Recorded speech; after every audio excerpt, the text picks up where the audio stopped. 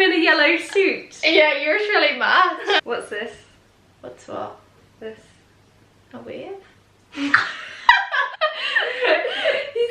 to say I don't know. Oh, don't know. Oh, well, here comes another one. Hello everybody, welcome back to my channel Star Me With Love. Thank you so much for joining me today. In today's video I'm joined by the lovely Amy Robb from the blog Surviving Now Thriving, and we are going to be chatting to you today about an amazing campaign by Beat, which is Sock It to Eating Disorders Week. So we've got socks on our hands. I am a because unicorn. we're gonna sock it to the eating disorder. We really wanted to just raise some awareness of this campaign and have a bit of a chat with you guys about our experiences and everything to do with kind of eating disorders and what to do if you feel like you may be suffering with an eating disorder or have an eating disorder developing. So Amy, if you just want to tell me a little bit about yourself and your blog Surviving Now Thriving. Yeah, so basically I started my blog last year after recovering from depression and anxiety, and I felt I just had so much to share about my past and how to recover from those, and then about eating disorders as well.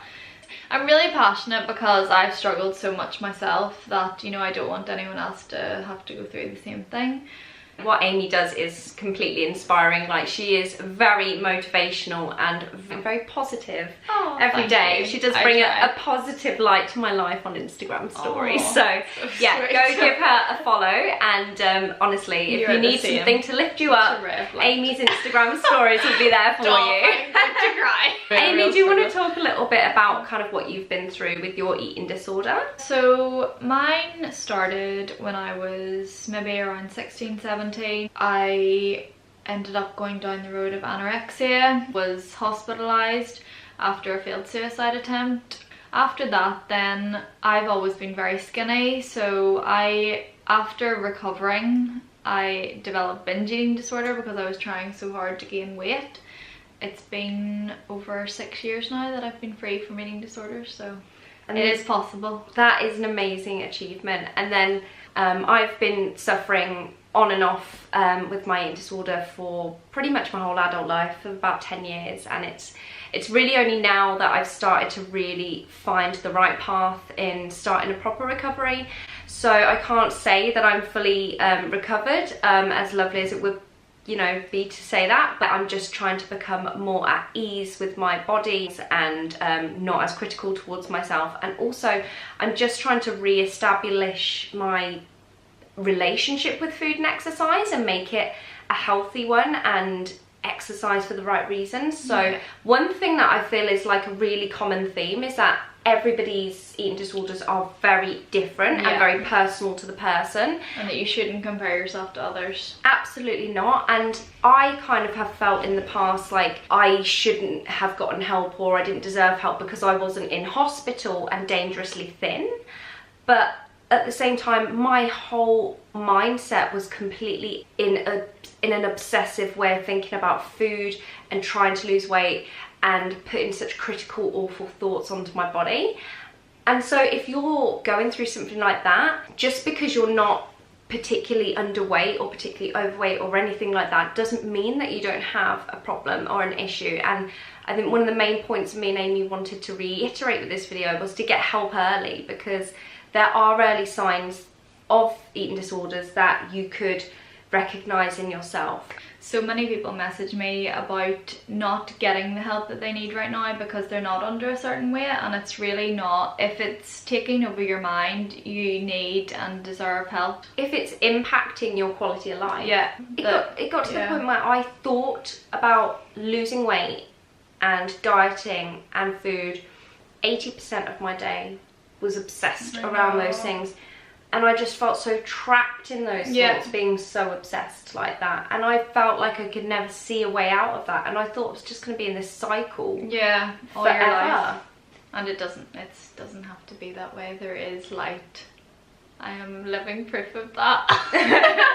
So the kind of signs people should look out for then: over obsessing over food, over obsessing over your weight, needing to exercise every day, only deserving food after exercise. This is completely not a healthy relationship with exercise. And I would say even feeling guilty about stuff that you eat, like even, you know, we all indulge and we all eat stuff that we see as naughty, but when you constantly feel guilty for something that you've eaten, or you feel guilty because you didn't go to the gym for one day, I think that's a massive sign that you're obsessed and you've got an unhealthy relationship with exercise. I think just finding something you love and having it as a stress release or something you enjoy in the day, rather than it being something that you need to do to deserve food. Or food is exactly the same. Food is life. Food is to be enjoyed. Running to the toilet, restriction. Yeah, like purging after meals. So whether it's, you know, you have a big meal and then you do loads of exercise, or you make yourself sick, or you know, taking laxatives and things like that. These are really, really like terribly dangerous behaviors to have. And if you do any of them, I think the importance of recognizing what's happened and not making yourself feel bad about it, but making the effort to go and start researching and getting help, I think is really important. Yeah, if you think you are struggling, or someone you know may be struggling, go to your GP. There is a real problem right now where GPs aren't actually well equipped on knowing enough about eating disorders, so people may get turned away. I have heard this because they're, you know, not under a certain weight or something, which is totally heartbreaking. But always just go to another doctor until you are taken seriously, and then hopefully you will get referred on to get the specialist help that you need.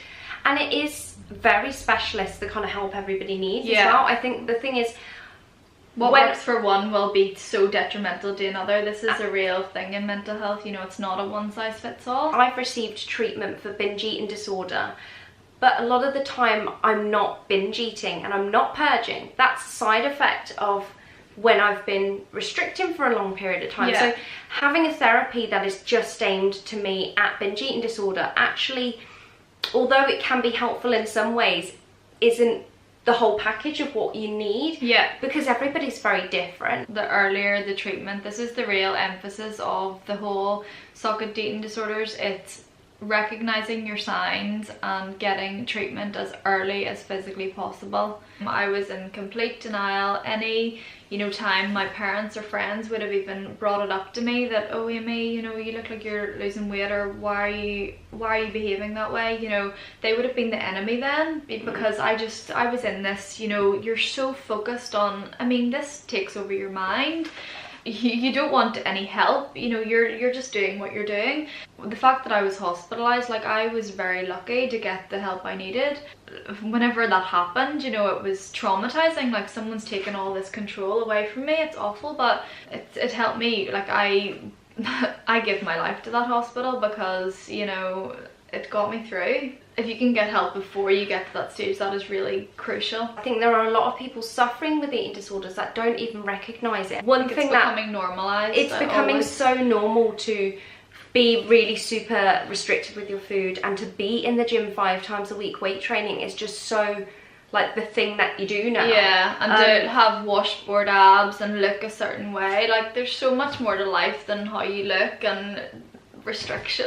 The thing is, now it feels like the obsession's having a six-pack and being lean. Like, I feel like being lean is kind of like being the new skinny. Yeah. And it's still an obsessive way it's just to diet and exercise, obsession, but it's seen as being healthy, because surely if your abs are showing and you're muscly, surely that means you're healthy, and you might be physically healthy, but mentally being obsessed with you know, achieving a certain physique, which a lot of the time is quite unattainable for people leading a normal life. It's not healthy, and that's what I've had to let go of, is not being obsessed with being a certain leanness. Whenever you're surrounded by this in society, you're kind of like, oh, this is just the norm, but it's really not, and this isn't how you should be living. You go out in the street and not everybody looks like they do on Instagram. So it'll be funny, like, honestly, there are apps now, Emily, to implant abs. Like, I saw that the other day. I was like, this is just mind-blowing. Like, this is not okay. Well, this is the thing, but I just assume that everybody is being honest. Like, I know. I just assume that, like, if they have a six-pack on Instagram, I just assume they do. I am about #no filter. I don't filter things, you know, I don't edit my body, but you're actually looking at unattainable realities and things that don't actually physically exist. And it's not just Instagram, it's magazines, like it's beauty magazines, it's advertising campaigns, it's everywhere. But it's taking the fixation off how you look and just how you feel. Exactly. More, I think is really important, and how your mind is. I was doing some photocopying at work the other day, and I actually sat there and thought, do you know what? I have not been as obsessive this week as most of the other weeks. I felt so much happier for it. Yeah. And the improvement in my mood was huge. Yeah. And I was like, those little things can really help. Yeah. So that's kind of spurred me on, because I feel in myself, although I don't still look at myself and love myself to pieces. That's a long journey to go on. Yeah. Taking that pressure off, like, oh my goodness, tomorrow everything's going to be perfect. Like, it really is slow and steady wins the race, you know, step by step every single day. What helped you the most in recovery? Recognizing that food is fuel, it's really not the enemy. And just actually loving yourself from within, taking the focus off. I always say wellness over weight, smiles over stones. Seeing all the light that came back into my life whenever I wasn't obsessing over food anymore, and it's just all those little reminders like that come back, you know, glimpses of life without eating disorders. It's those little glimmers of hope that keep you going on the path to recovery. I kind of got to the point where I thought, you forget, I'm just going to be like this forever. Like, I'm always going to be yo-yo dieting. I'm always going to be vulnerable around food. I'm always going to be on the verge of a binge. I'm always going to have to diet like this. And there are so many people that are in that mindset of like, no, this is just me, but it's not. And a lot of people also say that, you know, you'll have an eating disorder for the rest of your life, and people even question me, you know, saying now that I'm recovered, they're like, but are you really? You know, but full recovery is possible. Like, I really want to emphasize that you actually don't need to be that way forever, as much as you may feel that is a part of your identity and everything. It really isn't. It's just your mind playing tricks. It's an absolute battle, and it's a battle every single day. Not now, but coming through it, it is really, there's a hashtag eat it to beat it, and I always say that because going into hospital and having that all control ripped from me, and just I mean I fully complied with that treatment. But there are obviously all these things that you're saying as well, that I mean recovery is different for everyone. That's really, and not everybody's recovery would be as extreme as going into hospital, but that's to no sense say that you're not as in a vulnerable position. Your recovery should be customized really to you, and do things for you and what makes you feel good. Like, I absolutely, for me, yoga is the one thing that's gotten me through this month, because it gives me something to look forward to at the end of the day that isn't food related. And it's the one exercise I do that I can say I fully enjoy every moment of it, and it makes me feel good about myself.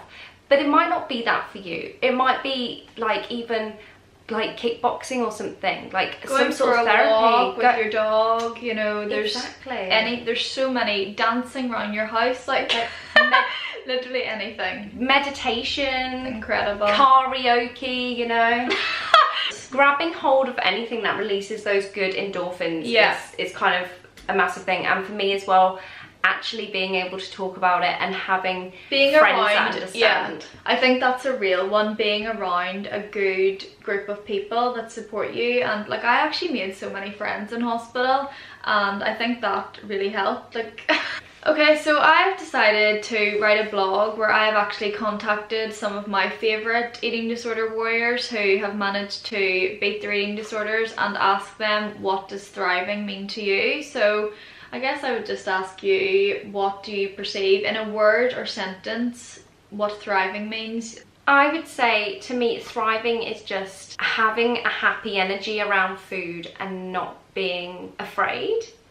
And not feeling constantly on the verge that I'm going to be naughty or do something wrong. And actually, thriving to me means feeling okay to indulge and being happy with that decision.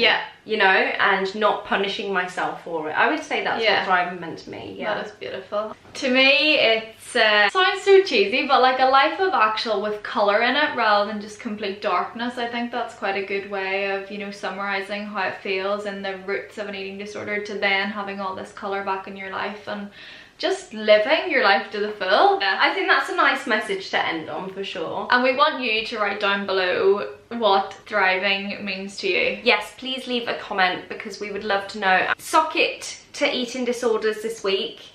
Beets campaign is really, really important to us. We think it's a really amazing campaign, and hashtag sock it to eating disorders and share your experiences online.